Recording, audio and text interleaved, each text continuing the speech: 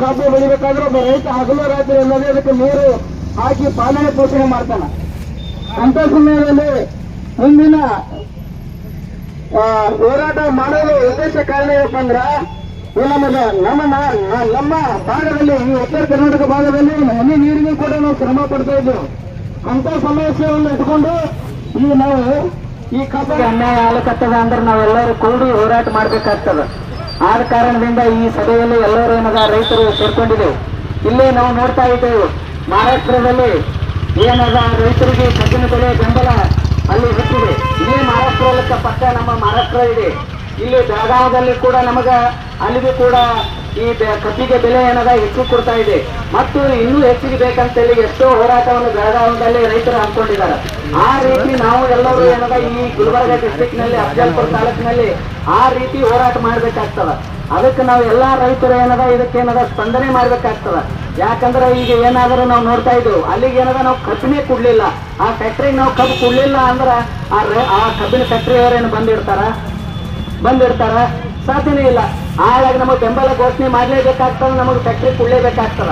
ಆದ್ರೆ ನಾವು ರೈತರು ಏನ್ ಮಾಡ್ತೇವೆ ಅಂದ್ರೆ ನಮ್ದು ಮೊದಲು ಕಬ್ಬು ಹೋಲಿ, ಮೊದಲು ನಮಗೆ ಫಸ್ಟ್ ಕಬ್ಬು ಹೋಲಿ. ಎಷ್ಟಕ್ಕೆ ಕೊಡಲಕ್ಕ ಅವ್ರು ಹೆಚ್ಚಾಗಿ ಕೊಡಲಕ್ಕ ಅವನು ನಾನು 2,000 ಕೊಡಲಕ್ಕ ಮೊದಲು ಕಬ್ಬು ಹೋಲಿ ಅನ್ನೋ ಒಂದು ನಾವು ಸ್ವಾಭಿಮಾನ ಇಟ್ಕೊಂಡಿರ್ತೀವಲ್ಲ, ಅದು ತಪ್ಪಾಗಿ ನಾವು ಸ್ವಾಭಿಮಾನ ಇಟ್ಕೊಂಡಿರ್ತೀವಿ.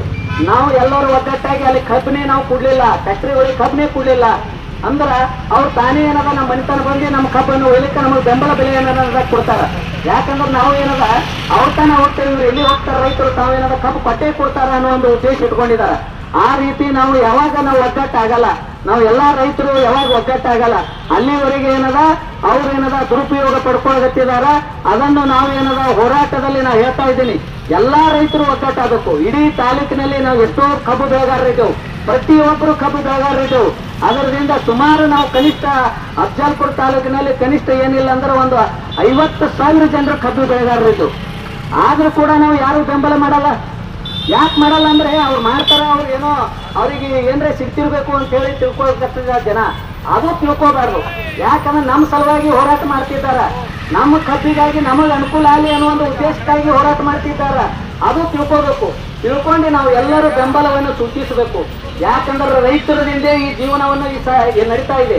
ಈ ಸತ ಯಾವುದೇ ಸರ್ಕಾರ ಇರಲಿ, ಯಾವ ಸರ್ಕಾರಕ್ಕೆ ನಾವು ಎದೆ ಬಡದು ನಾವು ತಿಳುವಳಿಕೆ ಹೇಳಿ ನಮ್ಮ ರೈತರಿಗೆ ಏನು ಅನ್ಯಾಯ ಆಗಕತ್ತದ ಆ ಅನ್ಯಾಯಕ್ಕಾಗಿ ನಾವು ಹೋರಾಟ ಮಾಡಬೇಕಾಗ್ತದ. ಯಾಕಂದ್ರೆ ಇದೇ ಬೆಳಗಾವದಲ್ಲಿ ಇಲ್ಲೇ ಏನದ ನಮಗೇನದ ಪ್ರತಿ ಕ್ವಿಂಟಲ್ಗೆ ಏನದ 3,500 ರೂಪಾಯಿ ಅವ್ರಿಗೆ ಕೊಡ್ತಾರ, ನಮಗ್ ಕೊಡ್ತಾರ. ಎಷ್ಟು ಕೊಡ್ತಾರ ಅಂದ್ರೆ 2,700-600 ನಮಗ್ ಕೊಡ್ತಾರ. ಯಾಕ ಅವ್ರಕ ಹೆಚ್ಚಿಗೆ ನಾವು ಬೆಳೆ ಫಲವತ್ತಾದ ಬೆಳೆ ನಮಕ ಅವ್ರಕ ಹೆಚ್ಚಿಗಿದೆ. ನೀವು ನೋಡ್ರಿ ಕಬ್ಬು ತೂಕ ಮಾಡಂತ ಹೇಳಿ ಅವರಿಗೆ ಫ್ಯಾಕ್ಟ್ರಿ ಅವ್ರಿಗೆ ಹೇಳ್ಬೇಕು, ಅಲ್ಲಿದು ಇಲ್ಲದ ಕಬ್ಬು ತೂಕ ಮಾಡಿ ನೋಡಂತ ಹೇಳಿ ಯಾವಾಗ ಹೆಚ್ಚಿಗೆ ಇಳುವರಿ ಬರ್ತದೆ ಅಂತೇಳಿ. ಅತಿ ಹೆಚ್ಚು ಏನದ ಇಳುವರಿ ಬರುವಂತ ಹೆಚ್ಚು ಯಾವ್ದಂದ್ರೆ ಗುಲ್ಬರ್ಗ ಡಿಸ್ಟ್ರಿಕ್ಟ್ ಅಫಜಲ್ಪುರ ತಾಲೂಕು ಅಂತೇಳಿ ಹೇಳ್ತಾ ಇದ್ದೀನಿ. ಸಚಿವರು ಅವರೇ ಆಗಿದ್ದಾರೆ. ಇದರಿಂದ ಏನಪ್ಪಾ ಅಂತಂದ್ರ ನಮ್ಮ ರೈತರಿಗೆ ನಿಜವಾದ ಕಬ್ಬು ಬೆಳೆಗಾರರಿಗೆ ಏನಪ್ಪಾ ಅಂದ್ರೆ ನಿಜವಾದ ನ್ಯಾಯವನ್ನ ಇಲ್ಲಿವರೆಗೆ ಸಿಕ್ಕಿಲ್ಲ. ನಮ್ಮ ರೈತರು ಏನಪ್ಪಾ ಅಂತಂದ್ರೆ ಸಾಕಷ್ಟು ಕಷ್ಟಪಟ್ಟು ಏನಪ್ಪಾ ಅಂತಂದ್ರೆ ಎಲ್ಲ ಲಾಗೋಡಿಗಳನ್ನ ಹಾಕಿ ಕಬ್ಬುಗಳನ್ನ ಬೆಳೀತಾ ಇದ್ದಾರೆ. ಆ ಬೆಳೀತಕ್ಕಂತ ಬೆಳೆ ಏನು ಕಬ್ಬಿದೆ ಅದಕ್ಕೆ ಸರಿಯಾದಂತ ಒಂದು ಒಳ್ಳೆಯ ಬೆಂಬಲ ಬೆಲೆಯನ್ನ ಇಲ್ಲಿವರೆಗೆ ನಮ್ಮ ರೈತರಿಗೆ ಸಿಕ್ಕಿಲ್ಲ. ನಮ್ಮ ರೈತರು ಅಂದಿನಿಂದ ಇಂದಿನವರೆಗೆ ಏನಪ್ಪಾ ಅಂತಂದ್ರೆ ಹೋರಾಟ ಮಾಡ್ತಾ ಇದ್ದಾರೆ. ಆ ಹೋರಾಟಕ್ಕೆ ಏನಪ್ಪಾ ಅಂತಂದ್ರ ಇವರು ಸರ್ಕಾರದವರು ಕ್ಯಾರ್ ಅಂತ ಇಲ್ಲ. ಹ್ಯಾಂಗಾಗ್ಯದಪ್ಪ ಅಂತಂದ್ರ ಈ ಸರ್ಕಾರಗಳು ಚೂಡ ಮತ್ತು ಕೂಡ ಆದಂಗೆ ಆಗ್ಯಾವ. ಇವ್ರಿಗೆ ನಾವು ರೈತರು ಹೊರಗಡೆ ಇವ್ರು ಕಿರಿಯಾದ್ರು ಹೋಗಲ್ಲ. ಇವ್ರು ನಾವು ಮಾಡ್ತಕ್ಕಂಥ ಒಂದು ಮುಷ್ಕರ ಕಣ್ಣಿಗೂ ಕಾಣ್ತಾ ಇಲ್ಲ. ರೈತರು ಏನ್ ಕಷ್ಟಪಡ್ತಾರೆ ಅಂತಕ್ಕಂಥದ್ದು ಅವ್ರ ಕಣ್ಣಿಗೆ ಕಾಣ್ತಾ ಇಲ್ಲ. ಇವ್ರಿಗೆ ಏನಾಗ್ಯಾರಪ್ಪ ಅಂತಂದ್ರ ಇವ್ ಮೂರು ಕಣ್ಣ ಕಿವಿ ಬಾವಿ ಅನ್ನೋದು ಎಲ್ಲ ಬಾಯಿ ಮುಚ್ಕೊಂಡದ ಸರ್ಕಾರ. ಇದರಿಂದ ಏನಪ್ಪಾ ಅಂತಂದ್ರ ರೈತರು ಸಂಪೂರ್ಣವಾಗಿ ಅನೇಕರಿಗಾಗಿದಾರ. ಅವ್ರಿಗೆ ನಿಜವಾದ ಇವತ್ತ ರೈತ ನಮ್ಮ ದೇಶದ ಬೆನ್ನೆಲುಬು ತಿಳ್ಕೊಂಡು ಎಲ್ಲ ರಾಜಕಾರಣಿಗಳು ಏನಪ್ಪಾ ಅಂತಂದ್ರ ಎಲ್ಲ ವೇದಿಕೆಗಳ ಮೇಲೆ ಮಾತಾಡ್ತೀರಿ. ನಮ್ಮ ರೈತ ಚೆನ್ನಾಗಿರ್ಬೇಕಂತ ಹೇಳ್ತೀರಿ. ನಮ್ಮ ರೈತರು ಏನಪ್ಪಾ ಅಂದ್ರೆ ಮುಂದಿರ್ಬೇಕು, ಅವ್ರಿಗೆಲ್ಲ ನಾವು ಸರ್ಕಾರ ಹೇಳ್ಬೇಕಂತ ತಿಳ್ಕೊಂಡು ಒಂದೊಂದು ಸಂದರ್ಭದೊಳಗೆ ಚುನಾವಣೆ ಸಂದರ್ಭದಲ್ಲಿ ಹೇಳ್ತೀರಿ. ಅವು ಭಾಷಣ ಮುಖಾಂತರ ಅವೆಲ್ಲ ಸೋದರ ಅಡಿತನ ನೀವು ಭಾಷಣವನ್ನು ಬಿಡಬೇಕು. ನಿಜವಾದ ರೈತ ಮಿತ್ರರೇ ನೀವು ಆಗಿದ್ರ, ರೈತರ ಬೆಂಬಲಿಗರಾಗಿದ್ರ. ನೀವೇನಪ್ಪ ಅಂತ ರೈತರು ಬೆಳೆದಂತ ಈ ಕಬ್ಬಿಗೆ ಒಂದು ನಿಗದಿತವಾದಂಥ ಒಂದು ಬೆಂಬಲ ಬೆಲೆ ಆಗಿರ್ತಕ್ಕಂಥ 3,500 ಟನ್ನಿಗೆ ಏನಪ್ಪ ಅಂತಂದ್ರೆ ನಿಗದಿ ಮಾಡೋದು ಇದೇನು ನಿಮಗೆ ದೊಡ್ಡದಲ್ಲ. ಯಾಕಂತಂದ್ರೆ ಈಗ ಒಂದು ಟನ್ ಕಬ್ಬಿಗೆ ಏನಪ್ಪ ಅಂತಂದ್ರೆ ನೀವು ಸಾಕಷ್ಟು ಒಂದು 100 kg ಏನಪ್ಪ ಅಂತಂದ್ರೆ ಈ ಒಂದು ಸಕ್ಕರೆಯನ್ನು ತಯಾರಾಗ್ತದೆ. ಅದ್ರ ಜೊತೆಗೆ ಏನಪ್ಪ ಅಂತಂದ್ರೆ ಡಿಸ್ಟಿಲರಿ ಕೂಡ ತಯಾರಾಗ್ತದೆ. ಒಂದು ಬ್ರ್ಯಾಂಡಿ ವಿಸ್ಕಿ ಸಲುವಾಗಿ ಏನದ ಅದರಲ್ಲಿ ಕೂಡ ನೀವು ಲಾಭವನ್ನು ಪಡ್ಕೋತೀರಿ. ಇವತ್ತ ಒಂದು 100 ರೂಪಾಯಿ ಬೆಲೆ ಒಂದು ಡಿಸ್ಟಿಲರಿ ತಪ್ಪಂತಂದ್ರೆ ಅದ್ರಾಗ 60% ಸರ್ಕಾರಕ್ಕೆ ಟ್ಯಾಕ್ಸ್ ಹೋದ್ರು ಕೂಡ 40% 40 ರೂಪಾಯಿ ನಿಮ್ಗೆ ಉಳಿತದೆ. ಅಲ್ಲಿ ಉಳಿಸ್ಕೋತೀರಿ, ಸಕ್ಕರೆದೊಳಗೂ ಕೂಡ ಉಳಿಸ್ಕೋತೀರಿ. ಜೊತೆಗೆ ಏನದ ನಮ್ಮ ಕಬ್ಬಿಗೆ ಹತ್ತಿದ ಮಣ್ಣು ಏನದಲ್ಲ ಅದನ್ನು ಕೂಡ ಮಾಡ್ಕೋತೀರಿ ನೀವು. ಕಬ್ಬಿಗೆ ಹತ್ತಿದಂಥ ಮಣ್ಣು ಕೂಡ ಅದು ನೀವು ಕಲೆಕ್ಟ್ ಮಾಡಿಕೊಂಡು ಅದಕ್ಕೊಂದು ಸ್ವಲ್ಪ ಏನಪ್ಪ ಅಂತಂದ್ರೆ ಇದೇ ನಮ್ಮದೇ ಮಳೆ ವೇಸ್ಟ್ ಆಗಿರ್ತಕ್ಕಂಥ ಮಳೆ ಅದು ಪರೀಕ್ಷೆಯಲ್ಲಿ ಕೆಲವೊಂದು ಪೌಡ್ರನ್ನ ಹಾಕೊಂಡು ಏನದ ಅದನ್ನು ಚೀಲ ಪ್ಯಾಕ್ ಮಾಡಿಕೊಂಡು ನಮಗೆ ಅದೇ ರೈತರಿಗೆ ಮತ್ತು ಊಟ ನಮಗೆ ಏನಪ್ಪ ಅಂತಂದ್ರೆ ಮಾರಾಟ ಮಾಡ್ತೀರಿ. ಈಗ ನಮ್ಮ ಒಂದು ರೈತರು ಬೆಳೆದಂಥ 1 ಟನ್ನಿಗೆ 3,500 ರೂಪಾಯಿ ಕೊಡ್ತಕ್ಕಂಥದ್ದೇನು ನಿಮಗೆ ದೊಡ್ಡದಲ್ಲ. ನೀವೆಲ್ಲ ಒಂದು ಸತ್ಯವನ್ನ ಮುಚ್ಚಿಟ್ಟಿದ್ದೀರಿ. ನಿಮ್ಮ ಒಂದು ರೈತರು ಬೆಳೆದಂಥ 1 ಟನ್ ಕಬ್ಬಿನಿಂದ ನೀವು ಅನೇಕ ಏನಪ್ಪ ಅಂತಂದ್ರೆ 15-20 ಸಾವಿರ ರೂಪಾಯಿ ಏನಪ್ಪ ಅಂತಂದ್ರೆ ಲಾಭ ಪಡಿತೀರಿ. ಅದಕ್ಕೆ ಇಷ್ಟೆಲ್ಲ ನೀವು ಇನ್ನಾಗಿ ಹೇಳ್ದಂಗ ಇವೆಲ್ಲ ಏನಪ್ಪ ಅಂತಂದ್ರೆ ಅದ್ರ ಲಾಭ ತಕ್ಕೋತೀರಿ, ಮಳ್ಳಿ ಮಾರ್ಕೋತೀರಿ, ಆಮೇಲೆ ಏನಪ್ಪ ಅಂತಂದ್ರೆ ಭೂಸ ಮಾರ್ಕೋತೀರಿ, ಮಣ್ಣು ಮಾರ್ಕೋತೀರಿ. ಇದಿಷ್ಟೇ ನಮ್ಮ ರೈತರಿಂದ ಎಲ್ಲಾನು ಏನಪ್ಪ ಅಂತಂದ್ರೆ ಅದರಿಂದ ನೀವು ಲಾಭ ಪಡ್ಕೊಳ್ತಾ ಇದ್ದೀರಿ.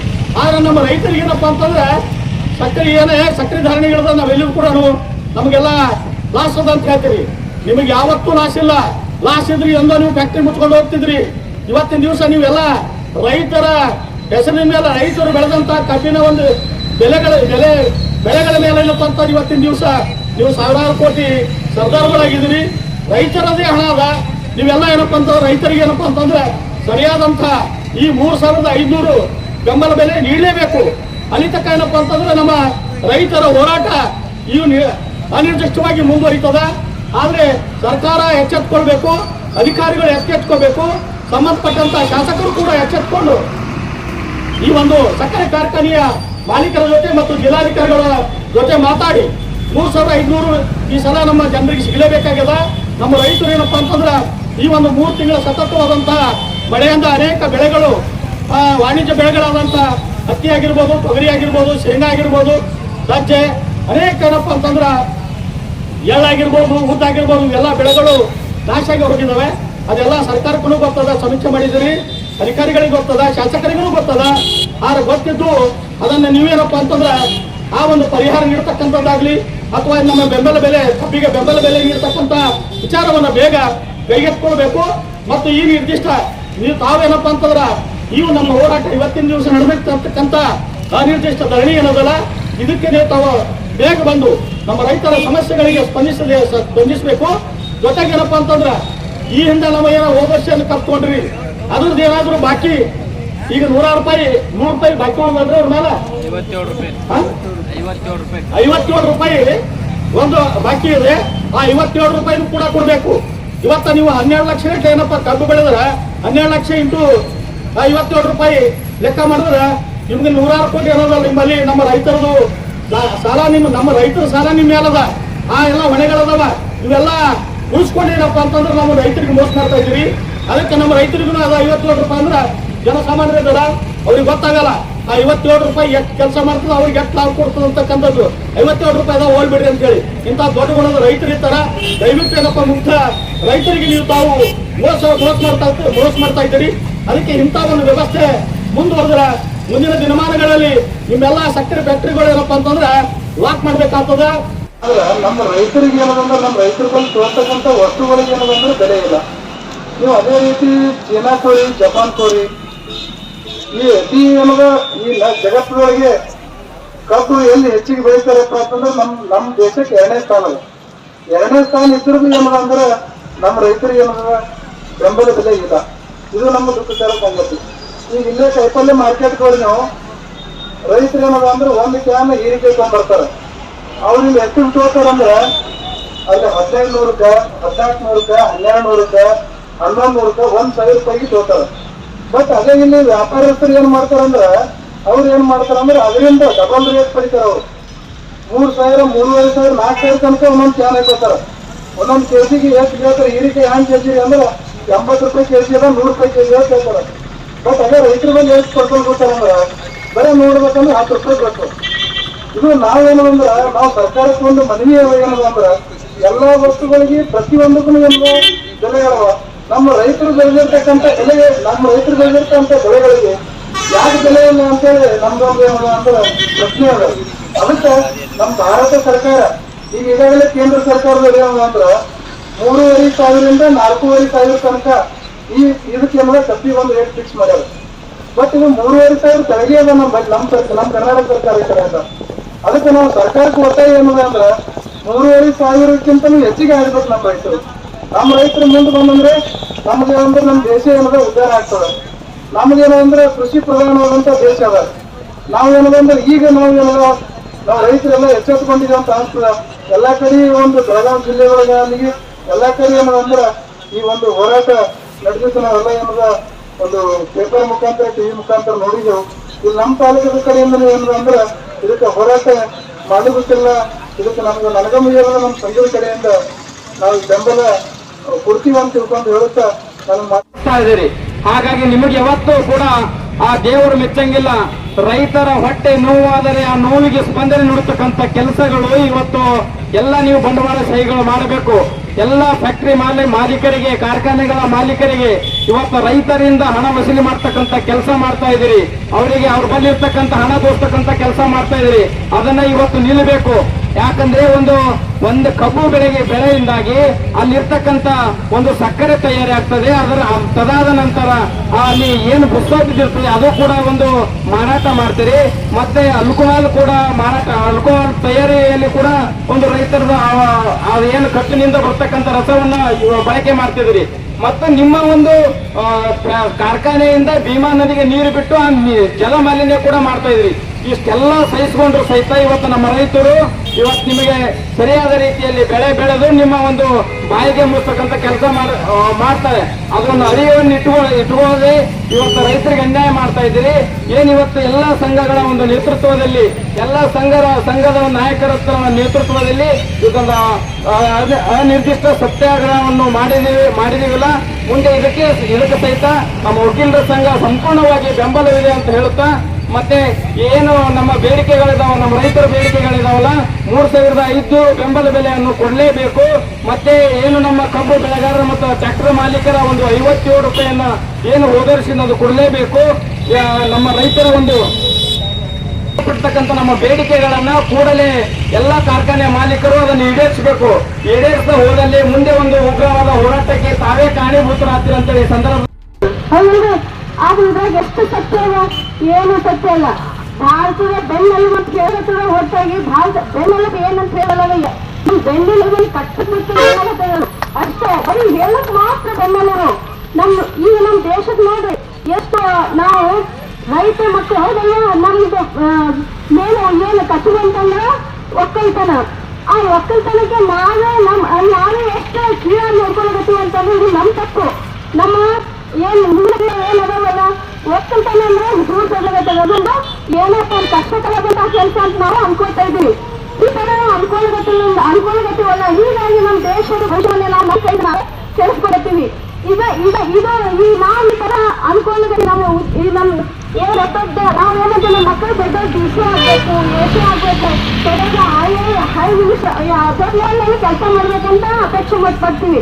ಯಾರು ನಮ್ಮ ಮಗ ಒಕ್ಕಲ್ತನ ಮಾಡ್ಬೇಕಂತ ಅನ್ಕೋತೀವಿ ಅಂದ್ರೆ ಯಾಕಿಲ್ಲ ನೋಡ್ರಿ, ಒಕ್ಕಲ್ತನದಿಂದ ಎಲ್ಲದ ಈಗ ಒಂದು ರೈತ ಬೆಳೆ ಮಾತ್ರ ಎಲ್ಲ ದೊಡ್ಡ ಡಿಸಿ ಎಸಿ ರೈತ ಬೆಳೆದಿದಂತಹ ಬೆಳೆಯನ್ನು ತಿಂತಾನೆ ಹೊರತು ದುಡ್ಡು ತಿನ್ನೋದಾಗ್ತದೆ ಆಗಲ್ಲ, ಸತ್ತನಿಲ್ಲ. ಇಂಥ ಪರಿಸ್ಥಿತಿ ಇದ್ರೂ ಸಹ ನಾವು ನಮ್ಮ ಒಕ್ಕಲ್ತನಕ್ಕೆ ಎಷ್ಟು ಕೀಳುಮಟ್ಟ ನೋಡಿಕೊಳ್ಳುತ್ತೀವಿ. ನಮ್ಮಿಂದ ನಾವು ನಮ್ಮ ಮುಂದಿನ ಪೀಳಿಗೆಗಳ ಭವಿಷ್ಯವನ್ನು ನಾವು ಹಿರಿಯರ್ ಕುರಿತು ಕೆಡಿಸ್ತಾ ಇದ್ದೀವಿ. ಈ ತರ ಮಾಡೋದ್ರಿಂದ ಒಕ್ಕಲ್ತನಕ್ಕೆ ಒಂದು ಉತ್ಕೃಷ್ಟವಾದ ಸ್ಥಾನ ಕೊಟ್ವಿ ಅಂತಂದ್ರೆ ನಮ್ಮ ಸರ್ಕಾರದ ಗೊತ್ತಾಗ್ತದೆ. ನಾವು ಒಕ್ಕಲಿಗರೇ ನಮ್ಮ ದೇಶದ ಒಂದು ದೊಡ್ಡ ಶಕ್ತಿ ಅಂತಂದ್ರೆ ಒಕ್ಕಲಿಗರೇ. ಅವರಿಗೆ ಒಂದು ತರ ಅಂದ್ರೆ ಅವ್ರಿಗೆ ಯಾವ್ದು ಇಂಪಾರ್ಟೆನ್ಸ್ ಕೊಡೋದಂತ ಪರಿಸ್ಥಿತಿ ನಮ್ಮ ಸರ್ಕಾರ ಮಾಡ್ಲಾಗತ್ತದ. ನೀವು ಇದನ್ನ ನೀವು ಏನ್ ಮಾಡ್ಲಾಕತ್ತೀರಿ? ನಾನು ಅನ್ನುವಂತ ಒಂದ್ ಮಾತು ಬರ್ಲಾಗತ್ತೆ ನಮ್ಮಲ್ಲಿ. ನಾನು ಅಲ್ಲ, ನಾವು ಅಂತ ಒಂದು ನಮ್ಮಲ್ಲಿ ಒಂದು ಮನಸ್ಥಿತಿ ಬಂತು ಅಂತಂದ್ರೆ ನಾವು ಎಲ್ಲರೂ ಒಂದು. ಇವು ನಮ್ಮಲ್ಲಿ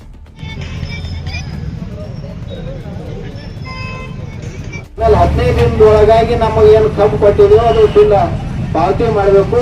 ಈಗಾಗಲೇ ಕಬ್ಬು ಸರಬರಾಜು ಮಾಡಿದ ಟ್ರ್ಯಾಕ್ಟರ್ ರೈತರಿಗೆ 57 ರೂಪಾಯಿ ನಿಂತದ. ಬಾಕಿ ಅದು ತಕ್ಷಣ KPR ದವರಿಗೆ ಕನ್ಸ್ಕೇಸಿ ಮಾತಾಡಿ ಕೊಡ್ಲಿಕ್ಕೆ ತಯಾರು ಮಾಡ್ಬೇಕನ್ನೋದು. ಮತ್ತೆ APMC ಮೂಲಕ ತೂಕದ ಯಂತ್ರ ತಾಲೂಕಿನ ಹೆದ್ದಾರಿ ಒಳಗೆ ಹಾಕ್ಬೇಕು. ಒಂದ್ 2 ಕಡೆ, ಈ ಕಡೆ ಮಾತೋಳಿ ಮಲ್ಲಾಬಾದ್ ಸೈಡ್ ಒಂದು, ಈ ಕಡೆ ಕರ್ಜಿಗಿ ರಾಶಿಗೆ ಒಂದು ಆಗ್ಬೇಕನ್ನೋದು. ಆಮೇಲೆ ಕಬ್ಬು ಕಟಾವು ಏನದ ಅಂದ್ರೆ ಸೀನಿಯರಿಟಿ ಪ್ರಕಾರ ಆಗತ್ತ ಸರ್. ಇಲ್ಲಾಂದ್ರೆ ರೊಕ್ಕ ಕೊಟ್ಟವ್ರು ಒಂದು ಜಲ್ದಿ ಆಗ್ತದೆ, ಇಲ್ಲಾಂದ್ರೆ ಆಗಲ್ಲ. ಹಂಗಾಗಿ ಇವೆಲ್ಲನೂ ಕೂಡ ಇವರು ಫ್ಯಾಕ್ಟ್ರಿ ಚಾಲೂ ಮಾಡೋದಕ್ಕಿಂತ ನಮ್ಮ ರೈತ ಬಂಧುಗಳಿಗೆ ಒಂದು ಮೀಟಿಂಗ್ ಅರೇಂಜ್ ಮಾಡ್ತಾರೆ. ನೀವು ತಕ್ಷಣ ಮೀಟಿಂಗ್ ಅರೇಂಜ್ ಮಾಡಿದ್ರ ಅಂತಂದ್ರೆ ಅದ್ರಾಗ ನಾವೆಲ್ಲ ಮಾತಾಡ್ಬೇಕಾಗ್ತದೆ. ಯಾವುದೇ ಫ್ಯಾಕ್ಟ್ರಿ ಚಾಲೂ ಮಾಡೋ ಮುಂದೆ ರೈತರಿಗೆ ಕೂರಿಸಿ ಮಾತಾಡಿ ನೀವು, ಯಾಕಂದ್ರೆ ಕೊಡೋರು ನಾವು, ತೊಗೊಂಬೋರು ಅವ್ರದ. ಅದಕ್ಕೆ ನಿಮ್ಮ ಮಧ್ಯಸ್ಥಿಕೆ ನಮಗೆ ಭಾಳ ಮಹತ್ವ ಇರೋದ್ರಿಂದ ಅದನ್ನು ಕಬ್ಬು ಬೆಳೆಗಾರರು ಮತ್ತು ಕಬ್ಬಿನ ರೈತರು ಮತ್ತು ಫ್ಯಾಕ್ಟ್ರಿಯವ್ರಿಗೆ ಕೂರಿಸಿ ಮಾತಾಡೋದ್ರ ಮೂಲಕ ಇದನ್ನು ಸಮಸ್ಯೆ ಇಷ್ಟ ಮಾಡಂತ ನಿಮ್ಮ ವಿನಂತಿ.